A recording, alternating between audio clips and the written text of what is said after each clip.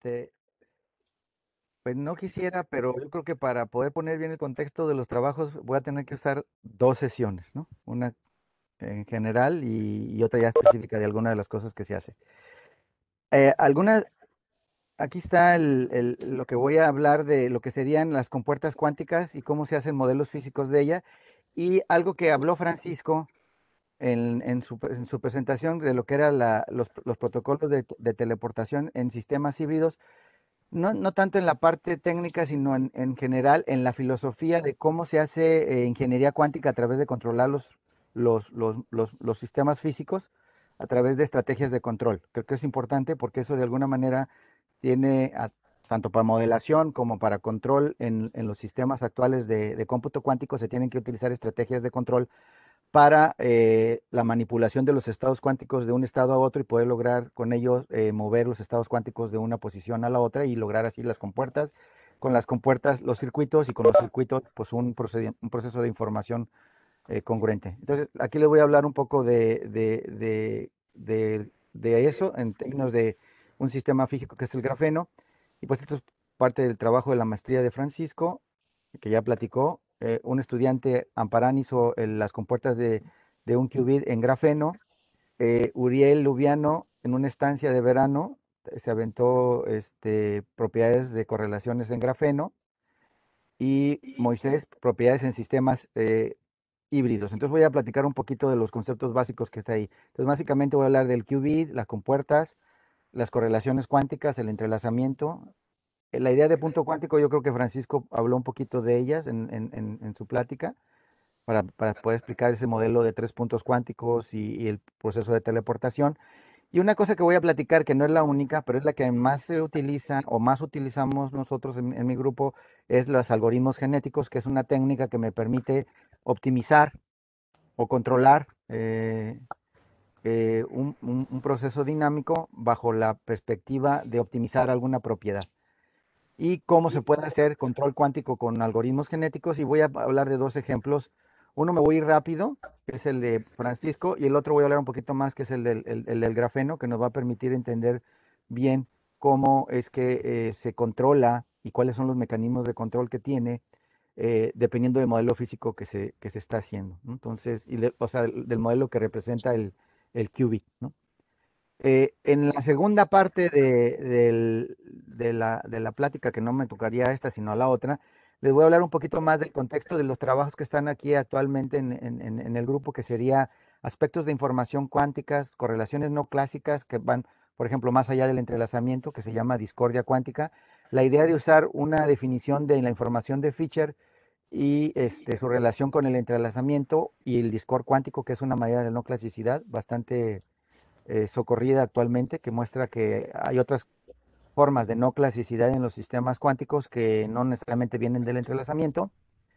Y una de las cosas más importantes que tiene que ver cómo es que estas cosas abstractas que se llaman las correlaciones cuánticas o las correlaciones no clásicas se pueden relacionar con medidas de observables, ¿no? Para poder tener una relación entre ellas. Yo creo que Francisco también habló cuando habló de los estados entrelazados de fotón agregado, pero en general es una filosofía de trabajo que permite establecer relaciones, por ejemplo, entre corriente eléctrica y estado de entrelazamiento, entre distintas propiedades ahí, entre el spin de un sistema de spin acoplado, etcétera. Entonces, vamos a hablar de lo que sería la información de Fisher cuántica, que también existe una información de Fisher clásica, y cómo está relacionado cuando uno tiene lo que se llama respuesta lineal, es decir, cuando tengo un sistema físico, le aplico una perturbación externa y veo la respuesta de ese sistema a través de su respuesta en términos de las susceptibilidades ópticas o cualquier otro tipo de susceptibilidades, y cómo se pueden tener fórmulas generales de información de Fisher que tienen esta propiedad de discordia cuántica que les decía. Voy a explicar un poquito de ella. Y voy a hablar de un modelito nomás donde podemos, en un sistemas físicos donde hay interacción, por ejemplo, entre el spin y el movimiento de una partícula, entre una y la otra, cómo eso, eh, a través de saber una propiedad que se puede medir, que es la densidad de portadores de descarga, poder inferir el grado de entrelazamiento que tiene el sistema. Voy a hablar de un área que se conoce como el área de biología cuántica, y voy a hablar de un modelito que se llama el modelito de FMO, el complejo FMO, que es es un complejo colector de luz que se hacen unas bacterias del azufre que tiene una efectividad, una eficiencia como de 99%. La luz se convierte en excitones, pasa por toda la estructura esta, ese complejo, y llega a un área que se llama centro de reacción y aparentemente tiene 99% de eficiencia. Esas bacterias están en los volcanes allá mero abajo, y resulta que el poder explicar esos tipos de sistemas es innecesario explicar correlaciones no clásicas, la naturaleza no clásica del fenómeno, porque es necesario para que puedan tener esas eficiencias. Voy a hablar de un modelito ya optoelectrónico, digo, no, me- mecánico electrónico, que es un shuttle cuántico, que es un sistema de tres puntos cuánticos que se está moviendo, que ya se puede hacer, no este modelo, sino en general se pueden hacer modelos de esto y ver cómo las propiedades de no clasicidad intrínseca determinan las propiedades de transporte. Esto ya lo habló Francisco, ¿no? El caso de estados entrelazados de luz, de estados coherentes entrelazados de fotón agregado. Y nomás voy a hacer el énfasis en que también es un ejemplo de la aplicación de observables y medidas de correlación. Y una de las cosas que se está trabajando fuertemente ahorita es la famosa fases geométricas en los estados cuánticos, y aquí en particular estamos viendo cuáles son las propiedades no clásicas que tienen esas fases geométricas, en el sentido de que existe fase geométrica y existe entrelazamiento o no en materiales topológicos, materiales que tienen esa propiedad. O sea, es un aspecto muy interesante en la física actual, que aparentemente la estructura geométrica de las bandas de los materiales determina su propiedad de transporte, y no depende del material, sino de la estructura y las simetrías que tiene, ¿no? Entonces, materiales con distintas estructuras electrónicas, o sea, distintos tipos de materiales, si tienen esas simetrías, se comportan igual. Esa universalidad y está basada en que esos materiales tienen propiedades geométricas, en el sentido de que la función de onda, cuando me voy a lo largo de una trayectoria cerrada, adquiere una fase. Y esa fase se le conoce como la fase geométrica o la fase topológica. Pero voy a hablar de la primera parte. Entonces, ¿qué es un qubit? Un qubit es un ente que tiene dos estados, ¿no? Creo que a Francisco también un poquito, ¿no? Cero y uno, y esos estados pues representan físicamente pues muchas cosas, ¿no? Y, y eso tiene que ver, un segundito, tengo que.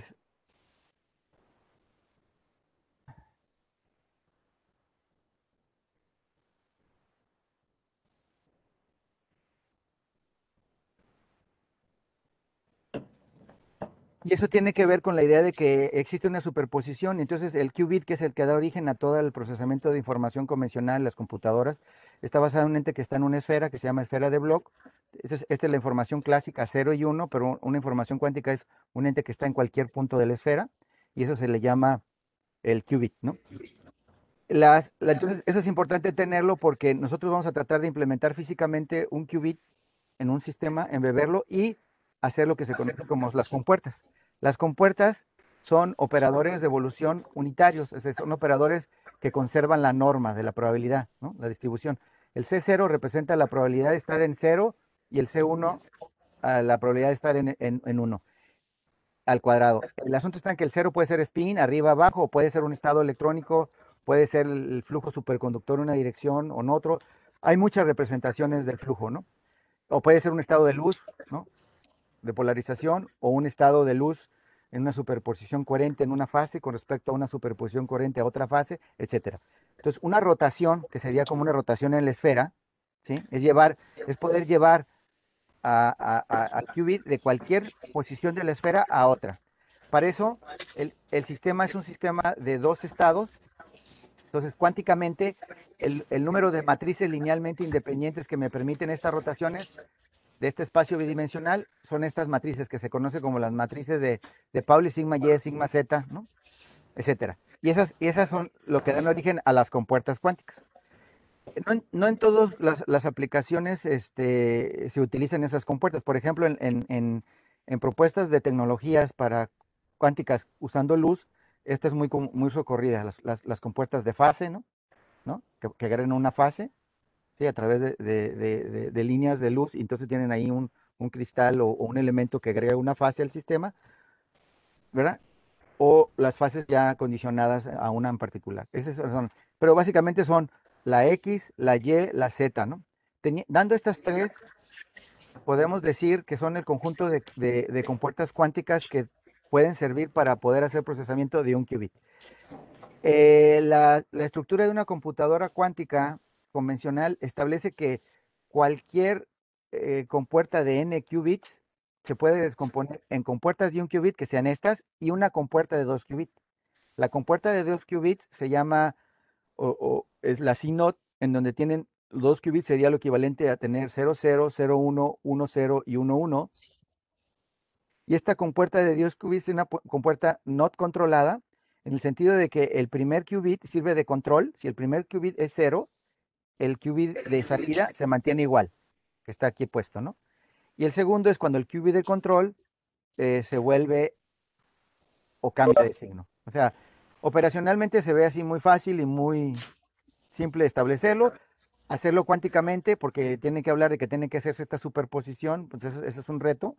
Y pues ya se ha logrado en materiales superconductores, que es la computadora de la IBM, en materiales de iones atrapados, donde el estado iónico está en el estado base o el estado excitado, es el 0 y 1, y otro ion, y en interacción entre esos electrones produce ese estado, y así sucesivamente. Entonces, se, se- se puede hacer. Entonces, la pregunta que uno tiene que hacer, esta es la idea de las compuertas. ¿Qué hace una compuerta cuántica diferente de las otras? Pues que maneja la superposición. O sea, la compuerta X, que es la sigma X, es la negación. Si pasa el 0 al 1, el 1 al 0. Pues no hay problema, si fuera nomás el qubit, fuera 0 y 1. Lo interesante es que si tengo una superposición alfa 0 más beta 1, ¿sí? Cuando le aplico la compuerta sigma X, pues me lo cambia al alfa 1 más beta 0. ¿Y eso qué quiere decir? Que en la esfera de Bloch, por ejemplo, el alfa 0, el beta 1 es un puntito y entonces me lo va a llevar a otra región del espacio. Pero con la sola X no puedo moverme a todas, necesito el X, Y y el Z, esas tres, ¿no?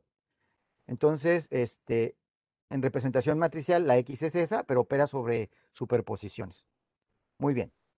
La dinámica cuántica es precisamente esa evolución donde existe una conservación de la magnitud. ¿Por qué? Porque el espacio cuántico es probabilístico y la probabilidad tiene que conservarse, entonces la norma del vector. Por eso les decía que el movimiento es sobre la estructura de la esfera, y en la esfera se mantiene la probabilidad de 1. O sea, las proyecciones alfa cuadrada y beta cuadrada, la suma siempre se mantiene 1 independientemente de dónde estés en la esfera. ¿Ok?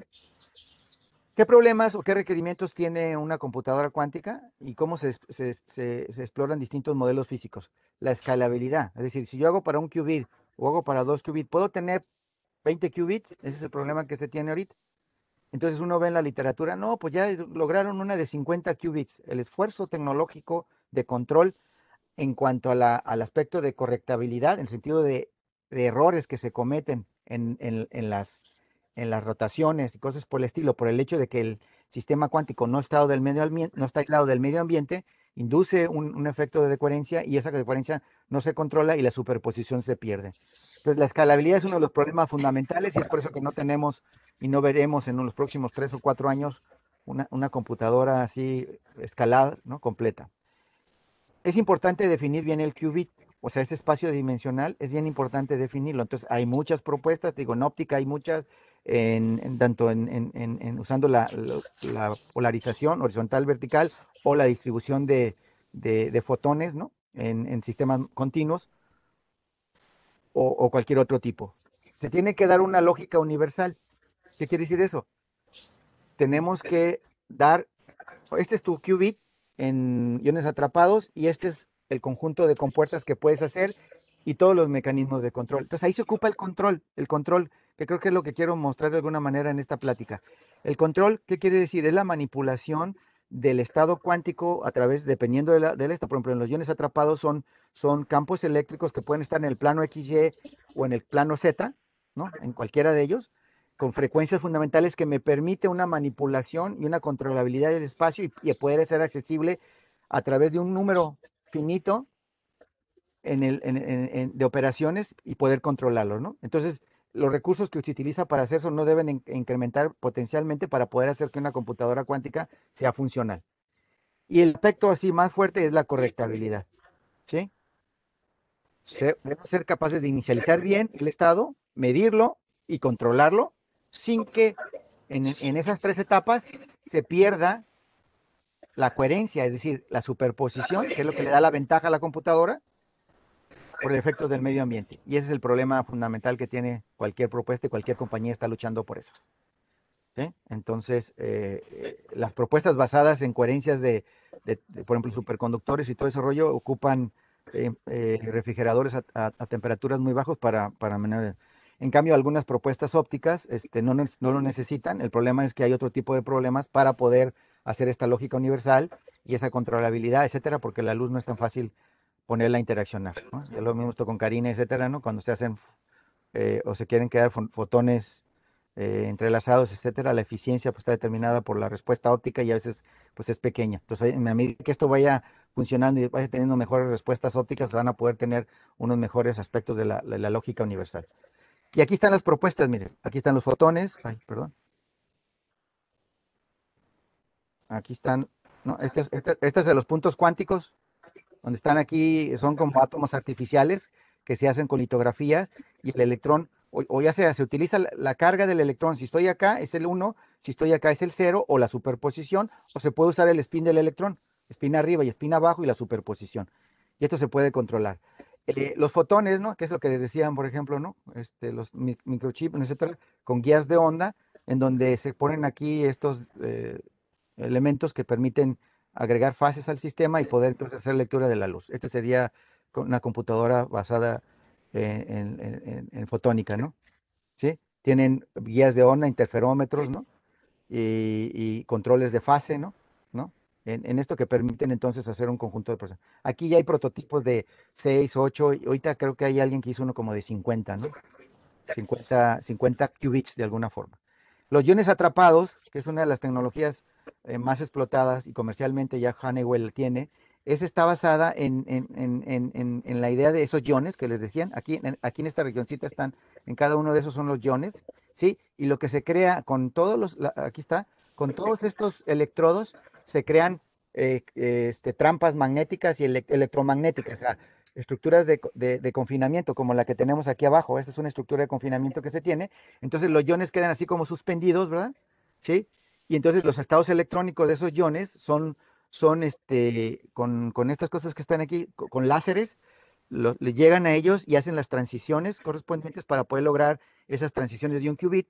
Y a través de la manipulación de la trampa se puede hacer que dos de ellos interactúen para poder hacer la compuerta de 2 qubits, que es la CNOT, ¿no? Lo acercan o lo alejan y pueden lograr la manipulación, ¿ok? El, otro de las que también está siendo muy, muy utilizada es esta que se llama vacancia de nitrógeno, que es un hueco y un par que están ahí, y entonces ese hueco y ese par forman como el qubit, y ha sido bastante bien controlada esa, ¿no? Actualmente, y se pueden conectar con fotones y se pueden llevar de una región del espacio a la otra, y se han hecho experimentos muy interesantes de teleportación híbrida, en el sentido de convertir la información fotónica a información electrónica de vacancias y viceversa, ¿no? Y el que usa la IBM son los materiales superconductores, que es más parecido como a las resonancias magnéticas nucleares, en el sentido de que se utiliza el flujo magnético para hacer el 0 y el 1, y ese flujo magnético se puede medir con unas cosas que se llaman squid, y pueden convertir esa medición de flujo magnético de una manera muy precisa a estructuras de corriente, y entonces se produce que puedan traducir la corriente a una respuesta del sistema. Y este es el que tiene la IBM. La IBM tiene ahorita una computadora como de 52 qubits, ¿no? O sea, ya han logrado un escalamiento, ¿no? Empezaron con la primera que salió, era una de 4 o 5 qubits, ¿no? Y ahorita están en una de 52. Ahí se ocupa, esto tiene que ser a milikelvins porque, para que se mantenga la coherencia y los problemas de correctabilidad pues se puedan manejar, etcétera, ¿no? Uno diría, qué fácil, pues hiciste 50, pues nomás pon dos de 50 y ya lo hiciste, ¿no?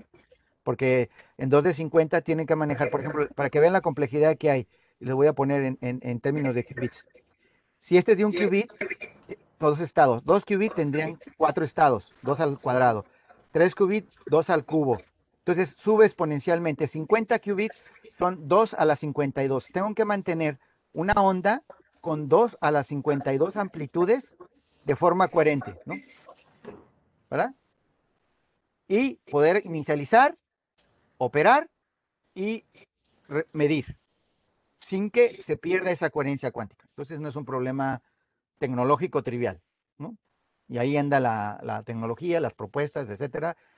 Se mueven mucho las ópticas, ¿no? Las fotónicas están ahí compitiendo, etcétera, ¿no?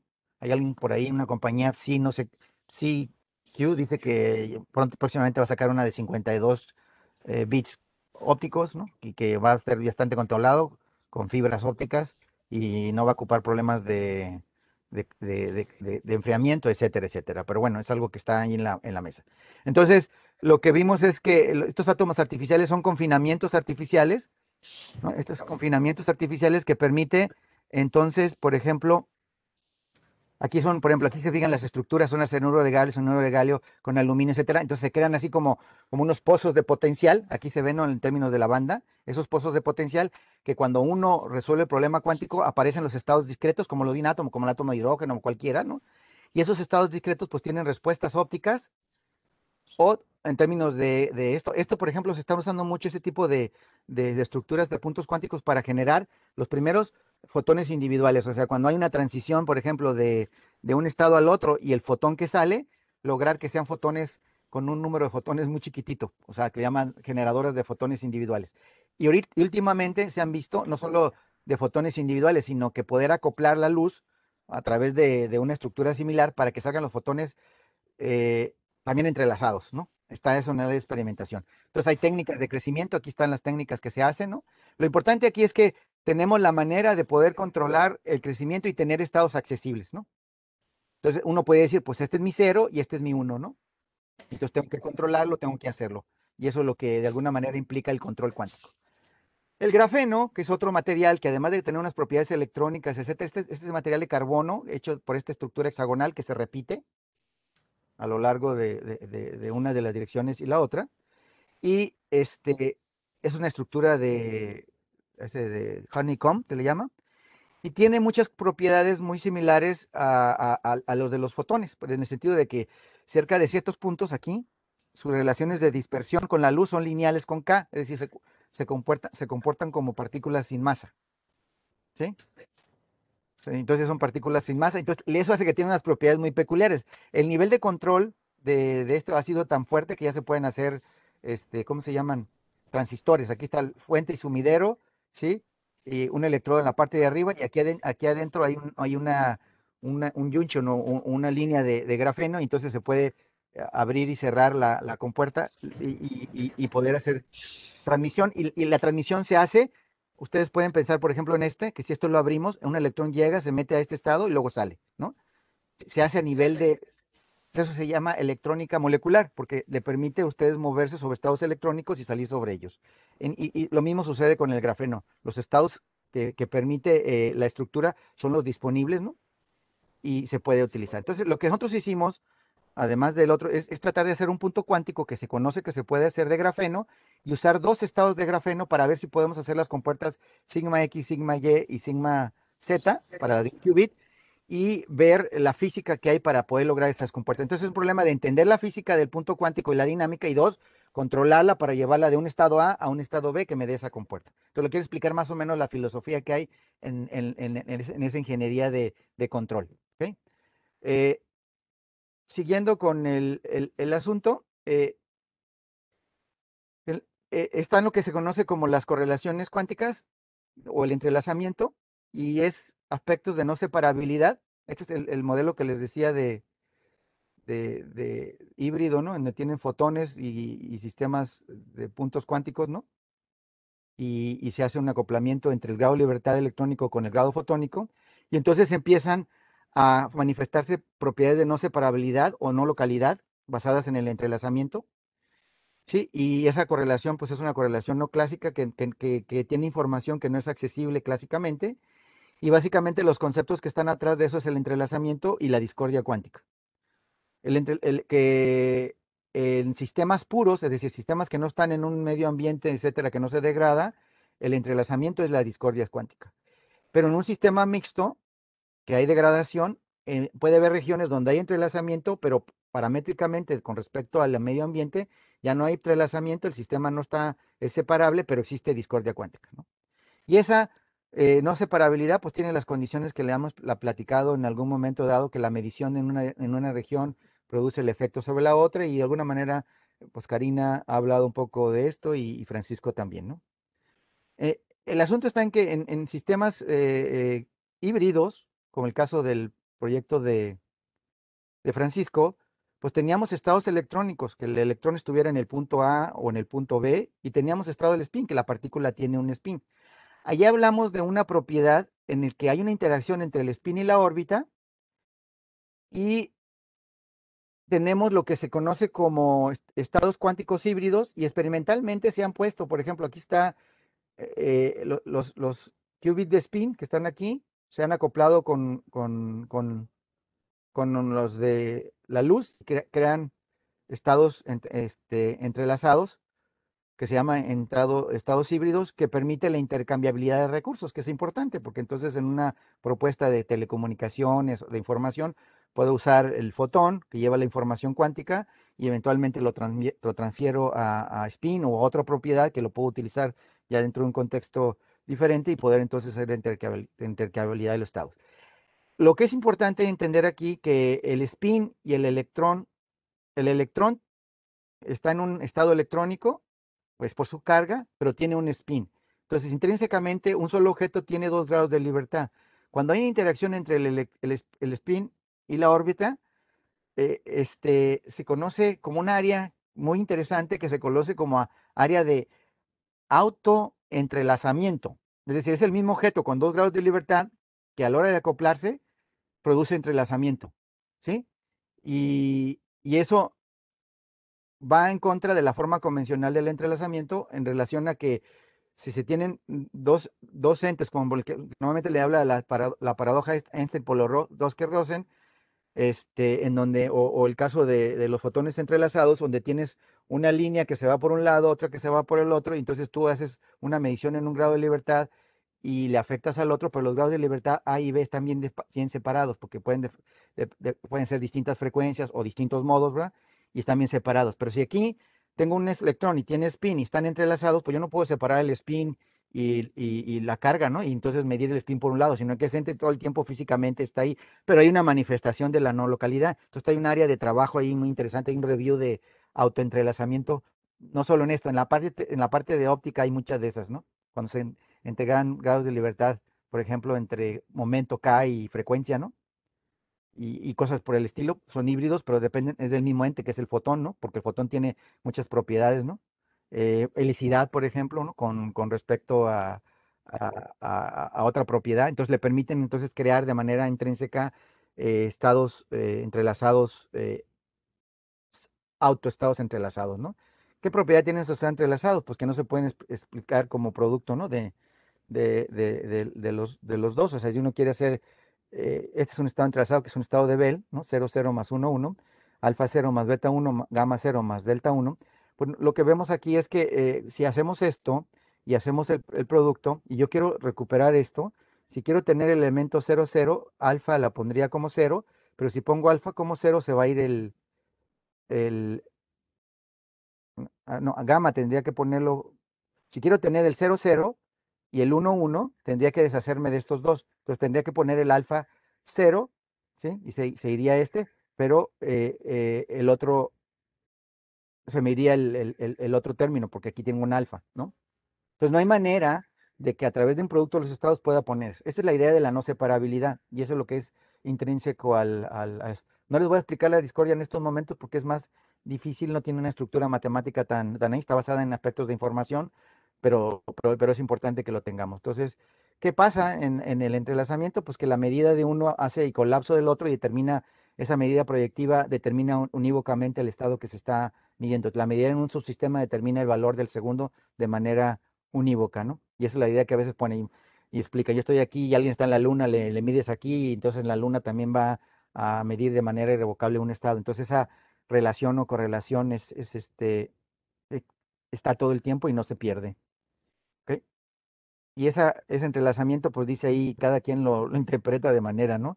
Por ejemplo, dice ahí, eh, el Pérez dice, un truco que usan los magos cuánticos para producir fenómenos que no pueden ser imitados por por magos clásicos. Aquí lo que trata de alguna manera mostrar que todas las tecnologías cuánticas basadas en cuántica pues tienen esa propiedad que entonces hace que las tecnologías cuánticas pues tengan una ventaja en términos de sus capacidades para resolver problemas de medición, de metrología, de procesamiento y de cualquier otro tipo de cosas, ¿no?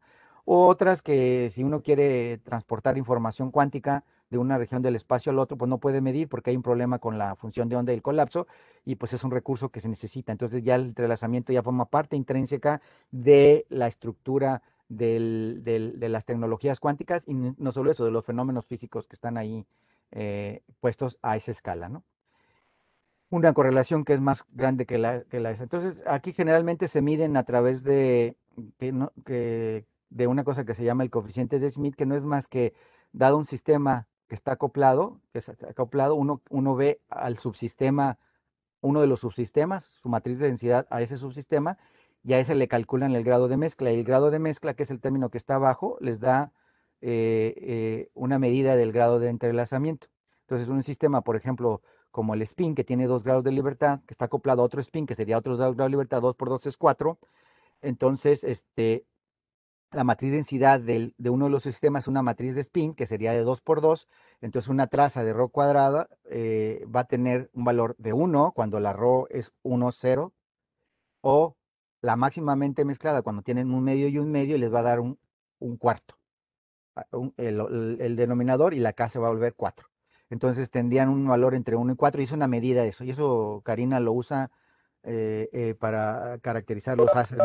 Y poder identificar qué tan no clásico es el sistema al que está aquí. También hay otras mediciones basadas en la invarianza para 2 qubits, ¿no? En las varianzas de las funciones de onda ante inversiones temporales. ¿Ok? Los estados entrelazados, que Francisco también platicó de ellos porque se ocupaban para hacer la teleportación del spin, pues se basa en un circuitito que tiene una Hadamard. El Hadamard es el que produce, si entra cero, se hace una superposición 0 más 1, es una rotación, ¿no?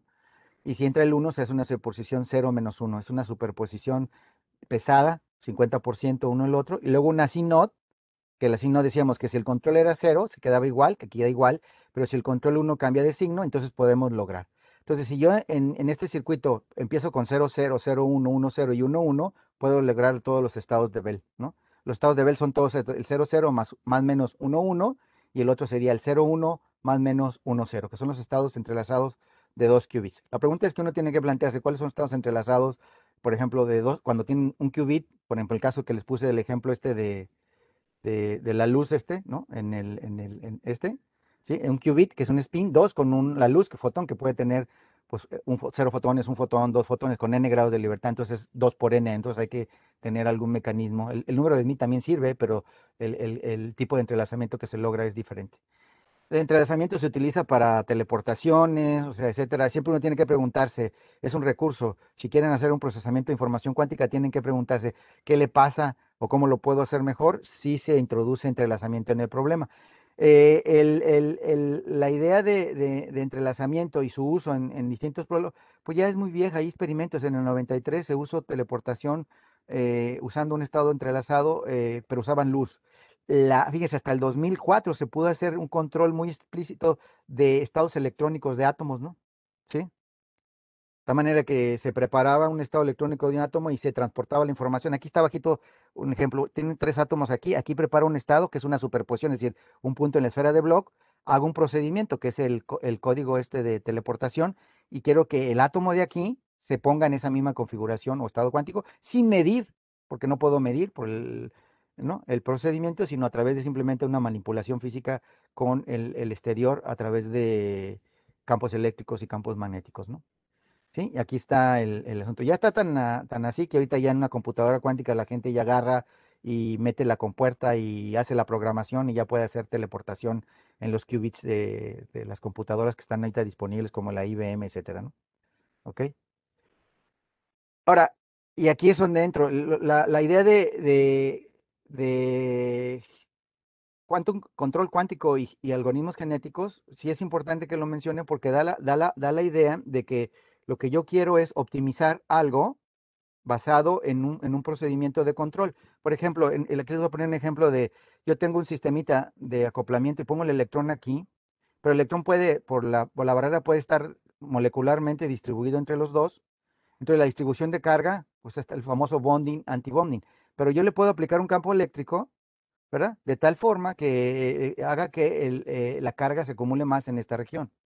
Pero, ¿qué campo eléctrico? ¿Cómo lo optimizo? Entonces yo lo que tengo que hacer es ver cómo optimizo los parámetros del campo eléctrico, ¿verdad? Para que la probabilidad de que el electrón esté en este lado sea la más grande, que esa sería mi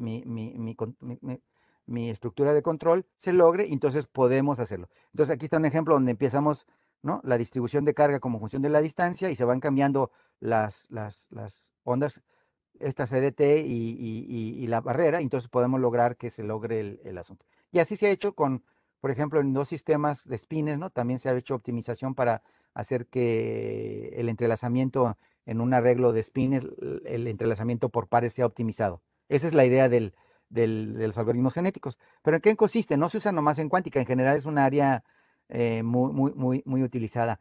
En el caso, por ejemplo, del grafeno, donde yo quiero utilizar un punto cuántico de grafeno y hacer una compuerta cuántica, ¿qué es lo que tengo que hacer? Pues si tengo un punto cuántico, yo puedo hacer un campo eléctrico, ¿sí?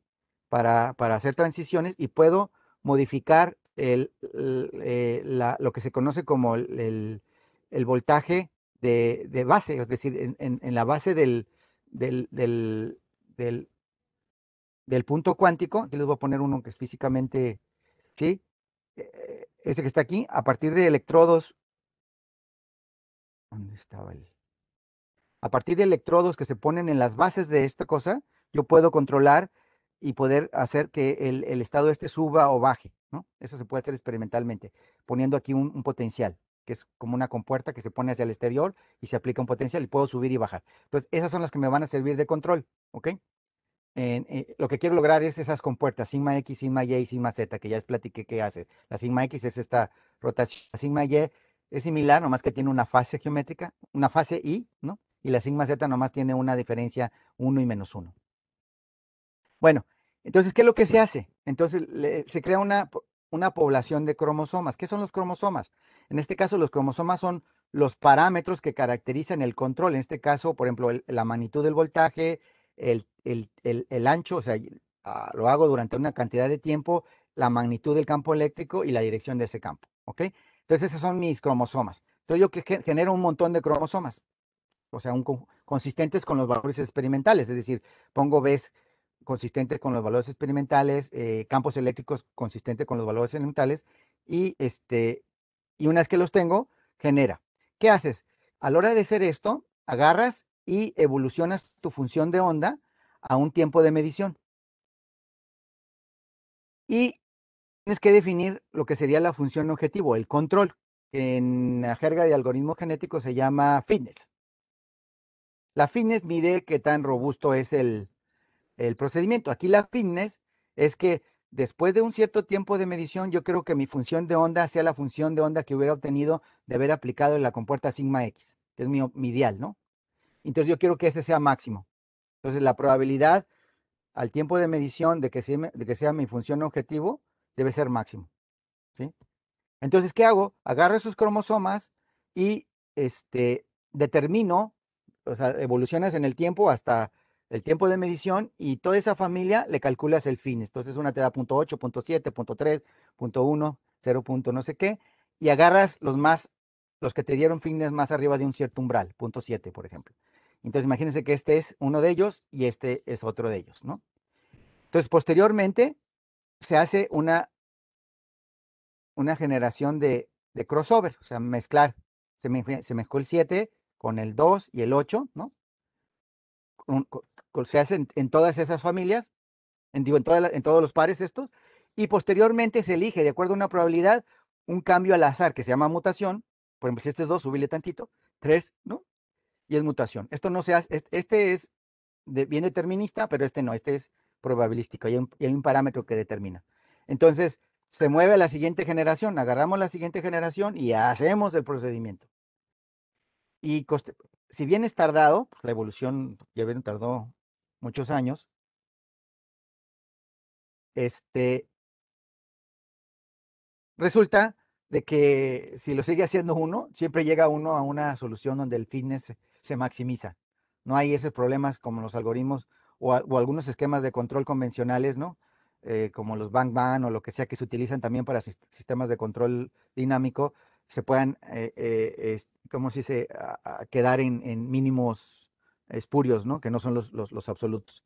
Se sigue esto y entonces se para haciendo todo el proceso cuando se tiene una fitness más o menos adecuado. Pues esa es la idea del algoritmo genético. Entonces, ¿cómo se hace en eso y cómo lo hizo Francisco? Es que se define el modelo del hamiltoniano en el sentido de que tengo mi estado que representa, en este caso es un punto cuántico con estados electrónicos.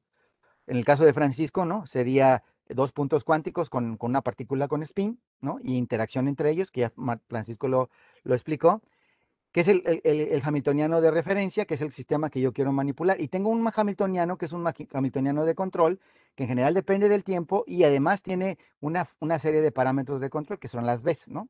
Aquí son las Bs, que ya les puse el contexto de cuáles serían en el caso este, ¿no? Sí, y es dependiente del tiempo. El parámetro de control, la familia de control, es la que se determina para saber qué conjuntos de B hace que la función de onda a un tiempo de medición es igual a la función de onda que yo quiero obtener, ¿no? Mi ideal, ¿no? Que se llama objetivo. Y esos conjuntos de parámetros, B1, B2, etcétera, se determinan de tal manera que se maximiza el fitness, ¿no? ¿Qué es esto? El fitness puede ser cualquier función.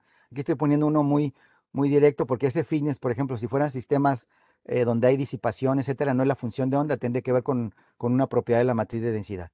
Entonces, lo que se hace es que se integra la ecuación para ver la evolución en el tiempo, para llegar al tiempo de medición y hacerlo esto, y se determina el espacio óptimo a través de ese B asterisco, ¿no?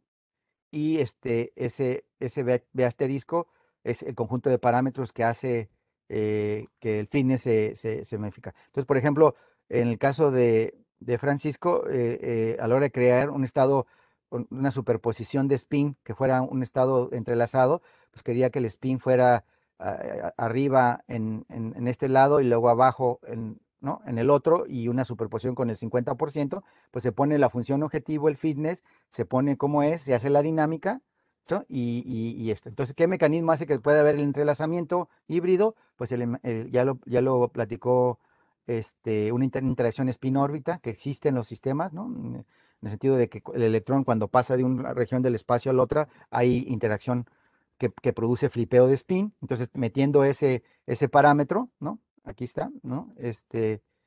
¿Verdad? Se pueden lograr estados entrelazados híbridos, ¿no? Como este, ¿no? O sea, el electrón está en el punto cuántico 1 con spin arriba y estos son estados que no son separables, son híbridos, ¿sí? Y estos dos puntos pueden funcionar. Yo creo que nomás voy a hablar de eso porque ya Francisco les habló ahí del protocolo de teleportación, que es utilizar este como recurso. Entonces se pone el 1 y el 0, es equivalente a estar en el sitio 1 y 2, y el 1 y el 0 el otro es este. Entonces, se fijan, están formando un espacio de 1, 1, 0, 0, 1, 1, digo 0, 1 y 1, 1, todo el espacio de 2 qubits, y con eso se puede hacer. Entonces, ¿qué se hace?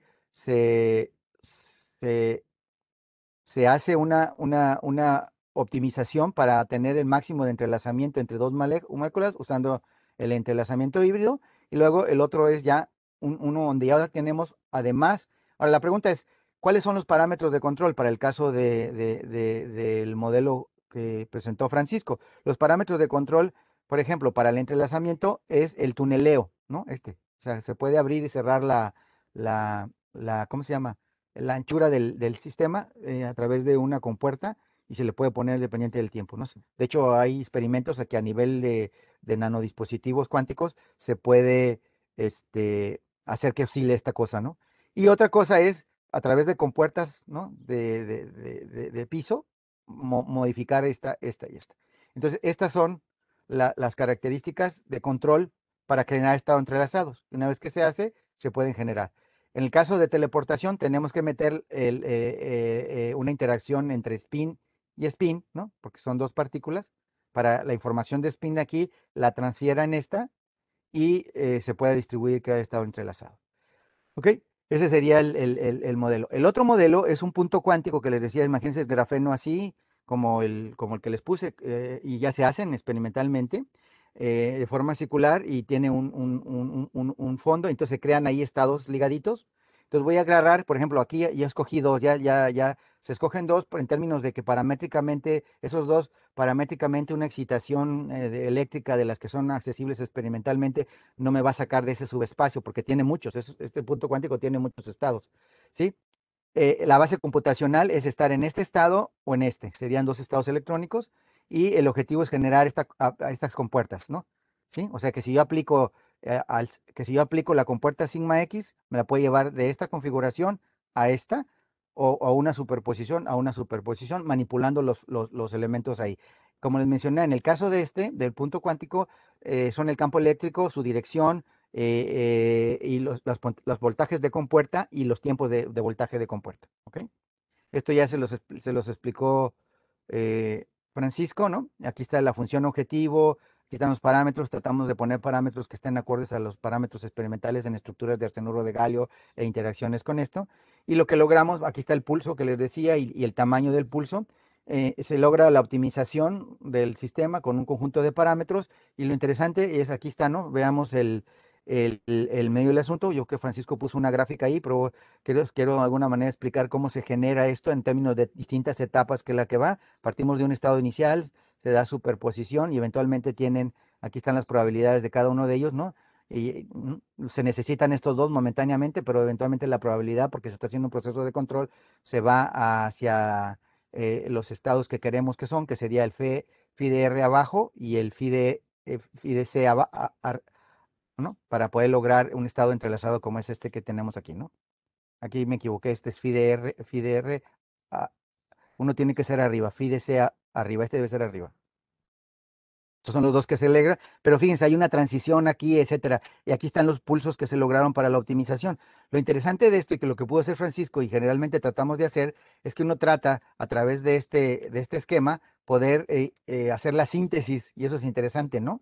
O sea, unas cosas son las compuertas que les dicen ahí, que la sigma X y la sigma Y, otras cosas las que realmente suceden físicamente, ¿no? Entonces, ahí analizando la dinámica con cuidado, las fases y todo ese rollo, se puede demostrar que este circuito, ¿no?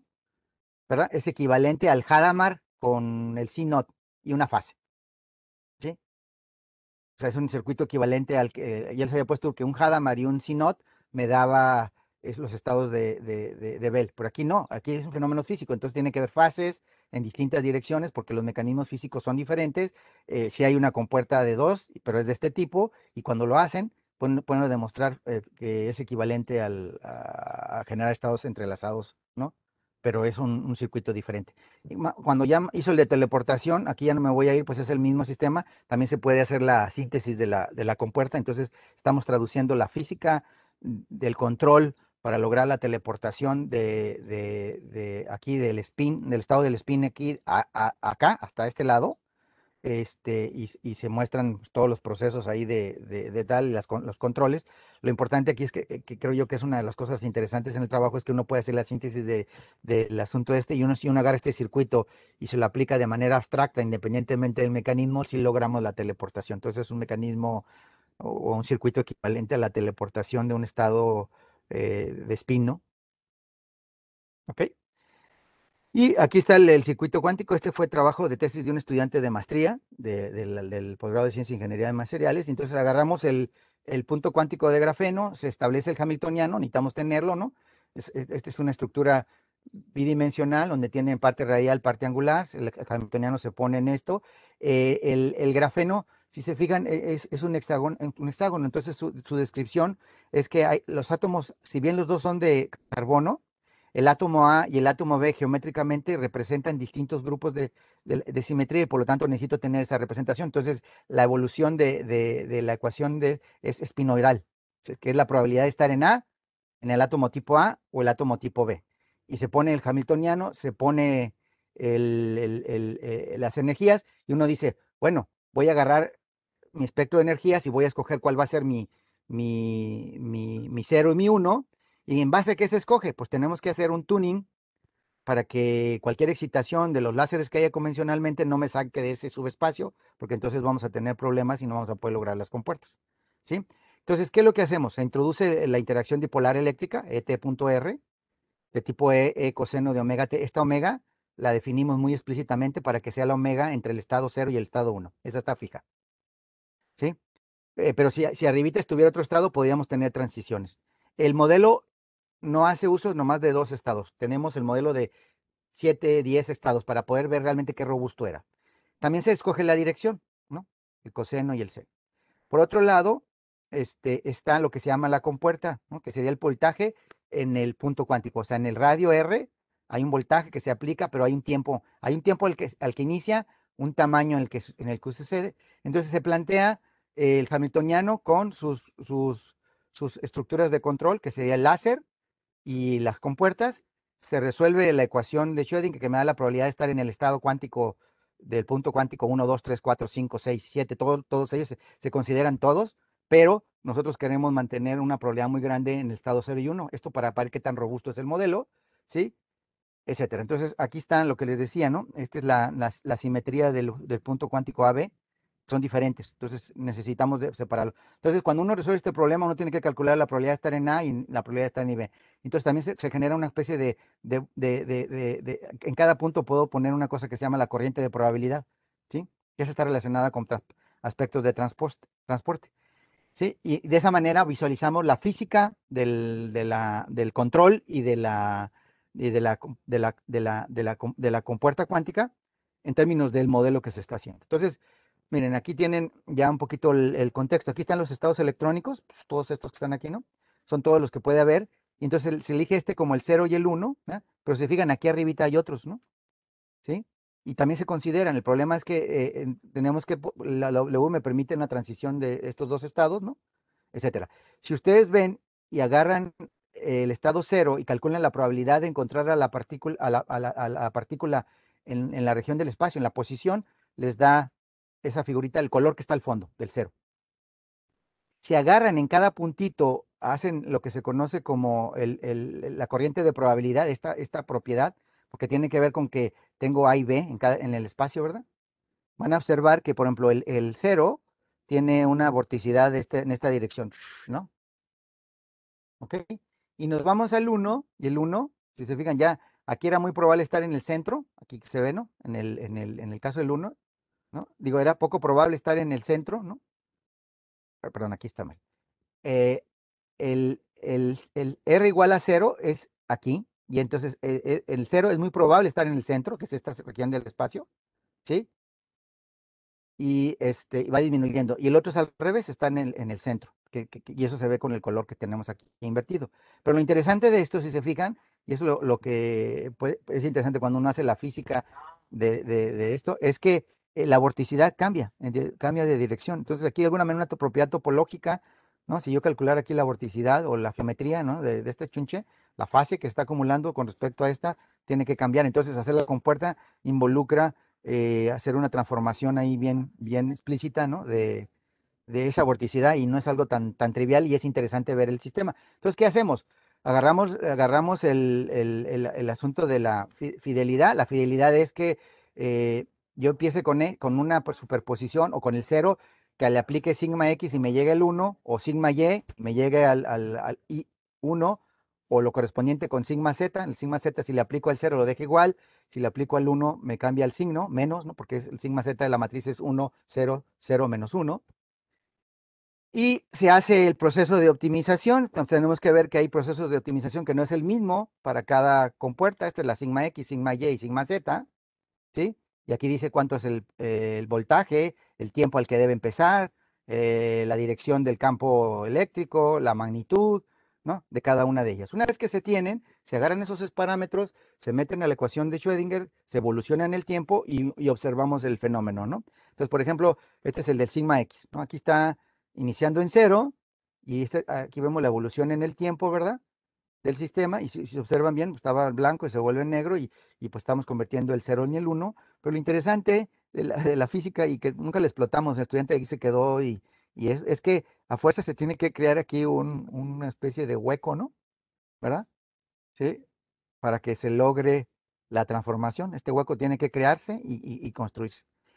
Si observan, en la sigma y, el proceso es exactamente, pasa del 1 a 0, pero aquí adquiere una fase. Entonces, ¿qué diferencia hay? La única diferencia, si observan, por ejemplo, en esta región el hueco está de este lado y en esta región está de acá. Entonces, lo que está de alguna manera manifestándose con eso son las fases que están metiendo, porque sigma y es básicamente 0 y menos I, 0. Entonces, las fases son las que tienen el efecto de que ahora las direcciones donde se está generando el vórtice cambian, ¿ok? Eh, sí, y ese es el ejemplo de esto. La sigma X es relativamente trivial y no pasa absolutamente nada, ¿no? En el sentido de que no hay ningún comportamiento, porque ahí lo único que tenemos que hacer es meterle un signo. En términos de probabilidades no pasa nada, porque si estoy en 0 se queda igual, pero si estoy en 1 le cambia de signo. Pero entonces se logra simplemente con las compuertas. Ese es un algoritmo en términos de fitness y de algoritmo genético relativamente trivial. Entonces, ahora empiecen en el grafeno nuevamente, pero ahora imagínense que yo tengo una capa de grafeno, como está ahí, y le aplico un campo magnético y un campo eléctrico cruzado, ¿sí? Y me pregunto los estados electrónicos, ¿ok? Y ese es el medio del asunto. La estructura, entonces, aquí, como les decía, para generar la red de grafeno, hay dos subredes, la subred A y la subred B. Entonces, el sistema es como si fuera un pseudoespín, así se le llama, pseudoespín. De hecho, hay pseudoespintrónica de grafeno, ¿no? El pseudoespín, resulta que cuando le ponen un campo magnético y un campo eléctrico, uno puede ver que esto es equivalente a una interacción del pseudoespín con un modo como parecido al fotónico, A más adaga, A más adagas, es decir, es un acoplamiento entre el pseudoespín y los grados de libertad de las As. Los que están en óptica, pues conocen el famoso modelo de Rabi, que es un modelo de un átomo, dos estados, que está en interacción con una cavidad, que son fotones, ¿sí? Y es estructuralmente o matemáticamente similar. En el sentido de que aquí el subespín, la subred A y B, juega el rol de este átomo, ¿no? AB, y los estados fotónicos, las As, las dagas, juegan el rol de los estados de confinamiento por el campo magnético y el campo eléctrico. Bueno, aquí no nos fuimos muy ambiciosos porque el problema relativamente es medio complicado. Es la pregunta, ¿cuál es la naturaleza no clásica de los eigenestados? Esa es la pregunta, ¿no? Entonces, lo que hay que hacer es, pues vamos a calcular en este sistema de 2 por n, o sea, porque voy a escoger n modos se llaman modos de Landau los que se obtienen por el confinamiento por un campo magnético, se llaman modos de Landau. Entonces tengo un entrelazamiento entre el pseudoespín y el modo de Landau. ¿Qué tipo de entrelazamiento tengo? ¿Ok? Este es un entrelazamiento híbrido, porque hablamos de grados de libertad de la subred y grados de libertad del modo, en el caso, por ejemplo, del modelo Rabi, es del grado de libertad electrónico con el grado de libertad fotónico. Entonces, es híbrido. Y es de 2 por n. Entonces, ¿cómo caracterizo ese estado híbrido? Entonces, lo que se hace es, básicamente, se calcula el espectro, ¿no? La probabilidad de estar en el modo n y en la subred A, ¿no? La amplitud probable de que esté en el nivel Landau n con pseudoespín sigma. Y esta es una función de onda de un estado, en general, en el espacio de probabilidades, esta matriz de densidad es una matriz de 2 por n. Yo puedo entonces sacar la traza parcial para entonces tener la matriz del subsistema de spin, del pseudoespín, o puedo sacar la traza sobre el pseudoespín para tener la matriz de densidad de los niveles de Landau, que en el caso, por ejemplo, del sistema de Rabi, o es la del 2, sería la de los grados de libertad electrónicos, ¿no? Y el n sería los grados de libertad fotónicos. Entonces, esas matrices de densidad me daría toda la información de la parte eléctrica y de la parte óptica. Aquí me da la información del pseudospin, etcétera. Entonces, se resuelve, ¿no? Y generalmente van a tener que la phi de m es una matriz m de n, donde m es modo de Landau 1, 2, 3, 4, 5, y la n es pseudospin A o pseudospin B, ¿ok? Entonces, si uno agarra eso y calcula la matriz de densidad de uno de los subsistemas, el de pseudospin o el esto, uno puede obtener una matriz de densidad reducida. En general es bien fácil desde el punto de vista operacional. Esta matriz C, si ustedes hacen C por C daga, obtienen la CDM. Si hacen C daga por C, donde C daga es la matriz transpuesta conjugada, van a obtener la otra. Pero una vez que la tienen, le pueden calcular,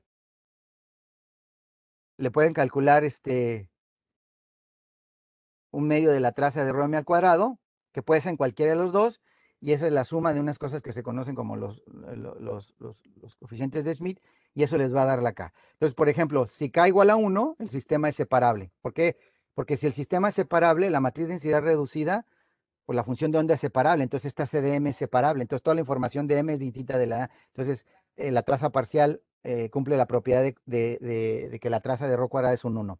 Sin embargo, si el sistema es entrelazado, como el caso, por ejemplo, de los estados de Bell, que eso es el que les decía, 0, 0 más menos 1, 1, o 0, 0, 0, 1 más menos 1, 0, esos no son entrelazados, pero aquí tengo un sistema de 2 por n, entonces resulta que el que domina es la mínima dimensión. El máximo entrelazamiento que voy a obtener yo es el que viene del subsistema más pequeño, 2. Entonces, lo máximo que voy a tener es como el sistema de 2 qubits. Se va a entrelazar 2 con otro. Entonces, la K va a ser 2 máxima. O sea, quiere decir que la traza parcial es de una matriz que tiene un medio y un medio, porque un medio al cuadrado es un cuarto, más un cuarto, pues es un medio, y le sacan el inverso, les da 4. Entonces, el máximo entrelazamiento va a ser K igual a 2. Entonces, la pregunta es, en este sistema, ¿no? También se puede preguntar uno mismo en los sistemas como el Rabi o el otro que les dije, el fotónico con el de spin, que se hace experimentalmente, cuánto vale la K y cómo depende del campo eléctrico y del campo magnético, etcétera, ¿no? Y cómo es la geometría que está ahí a pasar. ¿Sí? Entonces el número de Smith se vuelve de esa manera, y entonces, como en mi subsistema es ¿cómo se llama? Un sistema de dos estados, resulta que los estados puros de un sistema de esos estados están sobre la superficie de la esfera de Bloch, que les decía, que es el famoso qubit. Pero si el sistema no es puro, si no está, se mezcló, porque el medio ambiente lo mezcló, en este caso no es el medio ambiente, sino es la interacción con el otro subsistema, que es el modo de Landau, produce un estado mixto. Entonces, ese estado mixto de un medio se puede expresar, porque las matrices estas son linealmente independientes, en términos de una cosa que se conoce como el vector de Bloch. El vector de Bloch, por ejemplo, cuando el vector de Bloch está en la frontera, el entrelazamiento es nulo. Pero, ¿sí? Uno puede mostrar que en la representación de Z, el número de Schmidt se puede poner en términos del vector de Bloch. ¿Sí? Entonces, aquí claramente me dice, si el vector de Bloch es 1, 1 más 1 son 2, es 1, K igual a 1, que es cuando está aquí en la frontera, no hay entrelazamiento. Pero si el vector de Bloch es 0, me da 2. Entonces, en un sistema de 2 por n, lo que uno puede inferir geométricamente es que cuando se mueve aquí dentro de la esfera, cada vez que pega en el origen, hay máximo entrelazamiento. Y vuelve a la dinámica o cualquier otro tipo de parámetro y vuelve a pegar ahí, hay máximo entrelazamiento, ¿no? O si no pega, si no llega y ahí se queda, pues ya llegó el estado de máximo entrelazamiento. ¿Ok? Y esa es la pregunta que hay que hacer. ¿Cómo depende ese entrelazamiento de la K? Ahora, dices, bueno, ¿qué puedo hacer esto? Y aquí es donde agarramos información de la comunidad de óptica. Y dice, bueno, es que la comunidad óptica utiliza, si tengo un fotón, el estado vacío, y puedo calcular una función de Wigner, es una gaussiana que me da una cuasi probabilidad de tener Q y P, pero tiene la característica de que cuando hago las probabilidades parciales sí son correctas, etcétera, y de alguna manera ya está embebido en la comunidad de que esa función de Wigner es importante para representar el estado del espacio-fase. Si tengo un estado de Fox, si se fijan, aquí está de 1, pues sí, también existe, no es, fíjense, es negativa, entonces no es una probabilidad, pues se llama cuasi probabilidad, ¿no? Pero esta negatividad me muestra un poquito la no clasicidad del estado, y con eso puedo para hacer inferencia. Entonces les calculan el espectro de energías como función de los campos eléctricos y les da esta estructura, ¿no? Cuando E entre BF es un 1, se cierra, pero en el otro tienen un espectro cambiante. Y entonces, si calculo uno la esfera de Bloch o el vector de Bloch para los eigenestados, resulta, y que es algo que no hemos podido explicar, que independientemente del eigenestado, independientemente de esa versión de asimetría, el vector de Bloch tiene una dependencia lineal con E entre BF. No hay otra. No depende del estado, excepto el estado base. El estado base todo el tiempo está separable. O sea, el estado base está aquí, ¿no? Es el que siempre está en la dirección 0, o sea, en el átomo A. En el caso, por ejemplo, de si fueran las matrices como el problema como el del Rabi, que estuviera en el estado base, en el ground, ¿no? Pero los otros estados tienen una relación de este tipo. Pero fíjese, lo importante es que empieza en 0 y a medida que crece, el entrelazamiento se va perdiendo. Entonces, el campo eléctrico y el campo magnético cruzado, uno está en la dirección X y otro en la dirección Z, produce que el entrelazamiento se pierda y eventualmente llega bueno, empieza del origen y se va moviendo. Pero ¿cómo se mueve? Cuando uno lo ve con cuidado, nomás se mueve en esta dirección. en la dirección del eje X, en la RX, ¿no? ¿no? Hacia lo largo de X. Ese es el único efecto que hay ahí. Y entonces, si uno grafica acá, pues K ya tiene una expresión analítica, aquí 1 más F entre B al cuadrado, y pues tiene esta estructura, ¿no? Entonces aquí estamos viendo la relación de K con el campo magnético, entonces ahí es lo que decía, una observable con respecto a algo no clásico, y lo más interesante no es la observable, sino que, por ejemplo, midiendo, si uno midiera el pseudospin aquí, y me diera que sigma X es 0.1, pues ya podía con eso inferir, ¿no? Que la R es 0.1, entonces el entrelazamiento es tanto, ¿no? Porque ya lo podemos sacar. O sea, midiendo el vector de bloque sería sigma X, sigma Y, sigma Z. En el caso de Rabi, por ejemplo, sería medir la polarizabilidad, ¿no? Del átomo, ¿no? ¿Sí? O sea, el sigma X, el sigma Y tiene que ver con la polaridad, la probabilidad de transición entre estar en el estado base y el estado excitado. También se puede medir. ¿Sí? En términos cuánticos y representacionales representan una matriz de Pauli de 2 por 2, pero su representación es que esa matriz sigma X es un dipolo, una transición dipolar, ¿no? Es el tipo E.R. Pero ven, a ver qué tan clásico es o no. Y eso es interesante porque si uno agarra esos estados, fíjense,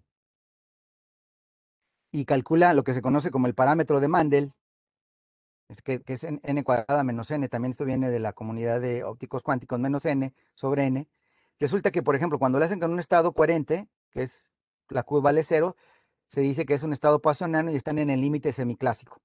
Pero si la Q es menor que 0, es subpoissoniano y es una manifestación de la no clasicidad del fenómeno. Si, por ejemplo, le calculamos el Mandel al estado de Fock 1, me va a dar este negativo, ¿sí? Y el superpoissoniano, pues es luz completamente más aleatoria, más al azar, ¿no? Pero entonces, lo que observamos aquí es que, por ejemplo, la Q como función del campo, es que si ustedes observan, ahí dependiendo de dentro de este estado, bueno, por aquí hay un cruce, ¿no?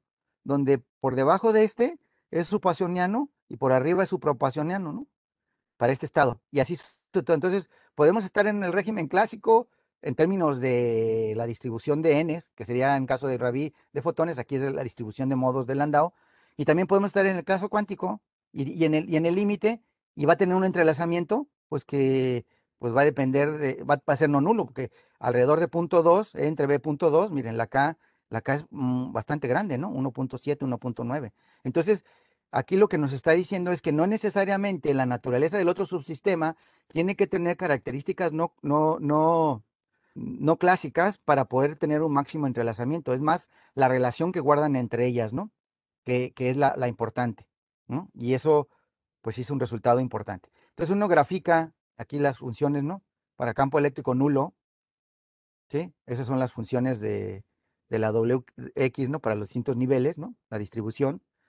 Sí, pero si lo grafica para los primeros estados, ¿no? Entonces ya empiezan a aparecer estructuras, ¿no? De distribución, ¿verdad? En donde, por ejemplo, aquí, esta, si observan ustedes, en el caso 2, estar en el A y en el estado del B, pues tiene una distribución, ¿no? De ahí que en principio esta distribución de probabilidades ¿verdad? Cumplen la condición de que tienen máximo entrelazamiento. Y aquí tengo otra, ¿no? Donde también se observan. Entonces, lo que quiere decir aquí, en términos estructurales, es que, por ejemplo, que puede haber una estructura por ejemplo, si imagínense que esta N fueran fotones, que yo puedo tener unas estructuras de acumulamiento de fotones, ¿no? Con distintas distribuciones en los distintos sitios y que pueden tener una distribución que es suprapoissoniana, es decir, puede estar en el régimen clásico esa distribución, pero cuando la ves desde la perspectiva de la relación con el subsistema, está máximamente entrelazado, ¿ok? Es algo que, aquí les pongo el caso de ejemplo de dos sistemas, ¿no? Que tienen máximo entrelazamiento, ¿no? Y tienen funciones de distribución. Miren, aquí lo que se observa, ¿no? Es como bunch en una región y otra, ¿no? Como aquí hay dos acopladas, que es la manifestación de lo que tiene, ¿no? Y un aplastamiento, es decir, hay en la dirección X, pues tiene que ver con el hecho de que es el efecto sobre la X y una en la dirección P, y traslación en la dirección P. Este es el estado y así se va deformando. Este es el estado máximo entrelazado y este se deforma de esta manera. Se achata, o sea, hay un squeezing y además se mueve el centro, ¿no? A lo largo del eje. ¿Ok?